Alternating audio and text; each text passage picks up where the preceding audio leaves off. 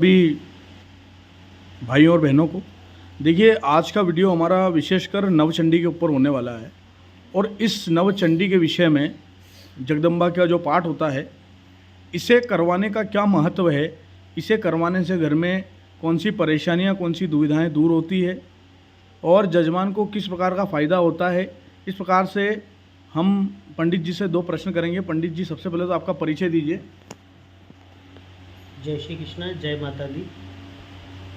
सभी भक्तजनों को सादर नमस्कार। आज हमने हमारे यजमान विनय जी माथुर जी का नवचंडी हवन किया। उस हवन के माध्यम से अब आप जो इनकी जिज्ञासा है, प्रश्न वो मुझसे करते हैं, उसका जवाब देता हूँ। जी पंडित जी, मैं सबसे प्रथम प्रश्न तो मेरा ये है कि अगर जजमान नवचंडी घर में करवा रहा है तो क्या उसके घर में से जो तंत्र बाधा है या फिर जो भी नेगेटिव पावर या नेगेटिव शक्ति घर में, लड़ाई झगड़े हैं, आए दिन कुछ भी होता है, तो उसमें क्या फ़र्क पड़ेगा नवचंडी? देखिए साहब, नवचंडी का महत्व है माँ भगवती की तीनों देवियाँ, महाकाली, महालक्ष्मी, महासरस्वती, महाशक्तियाँ हैं। इन्होंने 9 ही महाशक्तियों का पाठ होता है जी। तदुपरांत उसके अंदर उनकी 64 योगिनियाँ होती हैं जी। 64 योगिनियाँ ही सारी बाधाओं को, आओं से जो प्रेत बाधा है, शारीरिक बाधा है, मानसिक बाधा है, इन बाधाओं को समाप्त करने के लिए माँ भगवती दुर्गा सप्तशती का पाठ किया जाता है। जी। इसके अंदर बहुत से मंत्र हैं जो संपुटित कर भगवती के पाठ से किसी व्यक्ति को रोग निवारण के लिए करना है। तो उसके अंदर एक मंत्र आता है, रोगान शेषा न पंसी तुष्टा रुष्टा तु कामान सकला अनभिष्टा। इसका संपुटित करके भगवती का पाठ किया जाता है। ऐसे ही किसी व्यक्ति का विवाह नहीं हो रहा और उसे मन चाहे पत्नी चाहिए, उसका भी एक मंत्र आता है।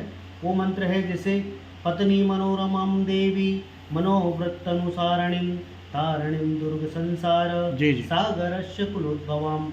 जिस प्रकार इस मंत्र का पूरा अर्थ ये है कि पत्नी मनोरमां देवी मतलब मन के अनुसार देने वाली, जो मेरे मन को भावे ऐसी पत्नी तो माँ भगवती। पत्नी मनोरमां देवी मनोवृत्त अनुसारणी, मेरे चित्त के अनुसार चले। जी। तारणिम दुर्ग संसारस्य सागरस्य कुलोद्भवाम, इस दुर्गम संसार सागर से मुझे दाम्पत्य जीवन के साथ पार करे। सागरस्य कुलोद्भवाम मतलब जो मेरा कुल है, इस कुल से मुझे पार लगा दे, ऐसी पत्नी माँ भगवती मुझे देवे। जी। तो इन सब चीज़ों के अभी नवचंडी का हवन पूर्ण हुआ है और ये पाठ पूर्ण हुआ है। पंडित जी, मैं यहाँ पर विराजमान हूँ और जिस जजमान के लिए मैंने करवाया है वो यहाँ पे विराजमान नहीं है। हमने उनके छाया चित्र द्वारा और उनके नाम द्वारा, उनके गोत्र द्वारा, उनकी कुल देवी की आहुति देकर उनका जो ये हमने पाठ पूर्ण किया है, ये पूर्ण हो चुका है।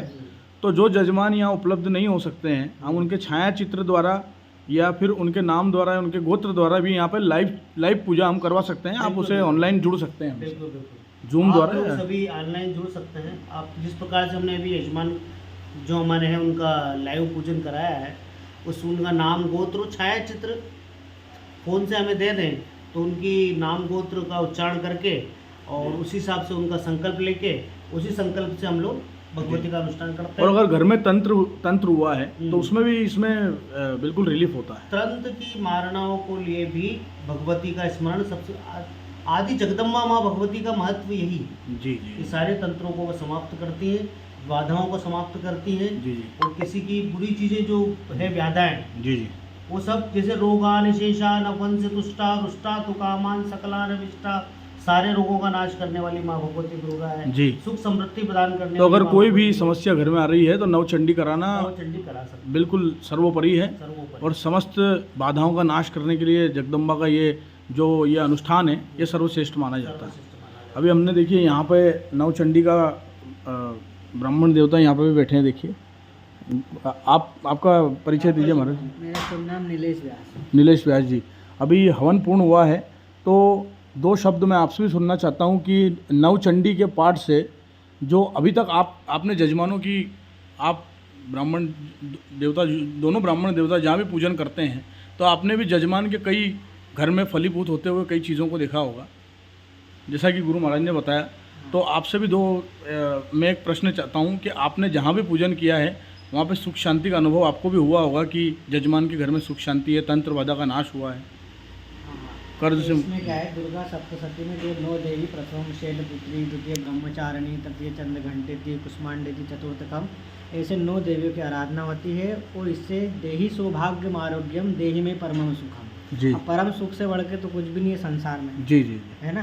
तो जी। देही सौभाग्यम आरोग्यम देही में परमम सुखम, रूपम देही, जयम देही, यशो देही, दिशो देही। जी अब जिसमें परम सुख की प्राप्ति ही माँ अपने बालक को देती है। जी। तो जिस धारणा से आप और सप्तशती का पाठ करवाते हैं, कोई जी। संतान के लिए करवाता है, कोई सुख के लिए करता है, कोई विद्या के लिए करता है, और जिस अगर चीज़ के नौकरी के करता लिए भी किया जाए या ऋण हाँ, मुक्ति के लिए भी किया जाए, है, उसमें जिस चीज़ का आप संपुट मतलब लगाओगे, जिसका संपुट लगा करके जिसका हम हाँ। संकल्प लें, हाँ, उसके लिए भगवती हमें जैसे आशीष प्रदान करती और है। उसमें एक विद्यावंतम, शशवंतम, लक्ष्मीवंतम जन्म कुरु, विद्यावान, लक्ष्मीवान, जी रूपम देही, जयम देही, यशो देही, जिसमें चारों दिशा से मेरी विजय प्राप्ति हो। जी तो इस हिसाब से माँ की आराधना तो माँ की आराधना है, जिस हिसाब से आप करोगे उसमें लाभदायक है। जी।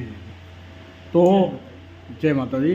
तो देखिए, जैसा आपने देखा वीडियो, आप बिल्कुल चैनल को सब्सक्राइब कीजिएगा और वीडियो को लाइक कीजिएगा। और अगर किसी भी प्रकार का कोई भी अनुष्ठान, कोई भी पूजा हो तो आप हमसे संपर्क कर सकते हैं। देखिए, अगर आप इंदौर में हैं तो आप हमसे यहाँ खुद स्वयं आकर के विराजमान होकर के पूजा करवा सकते हैं। अगर बाहर भी हैं तो आप बाहर भी हमें बुला सकते हैं या फिर ऑनलाइन भी पूजा में जुड़ सकते हैं। आपको अगर किसी भी प्रकार की कोई भी समस्या है, बाधा है, तो आप मुझे व्हाट्सएप पे संपर्क करें। जो भी होगा हम आपको अच्छे से अच्छी जो सलाह है सजेस्ट करेंगे। और सबके घर में सुख शांति हो, भगवती जगदम्बा से यही प्रार्थना है। जो हमसे जुड़े उनका भी भला और जो ना जुड़े उनका भी भला हो। जगदम्बा मात की जय। जय।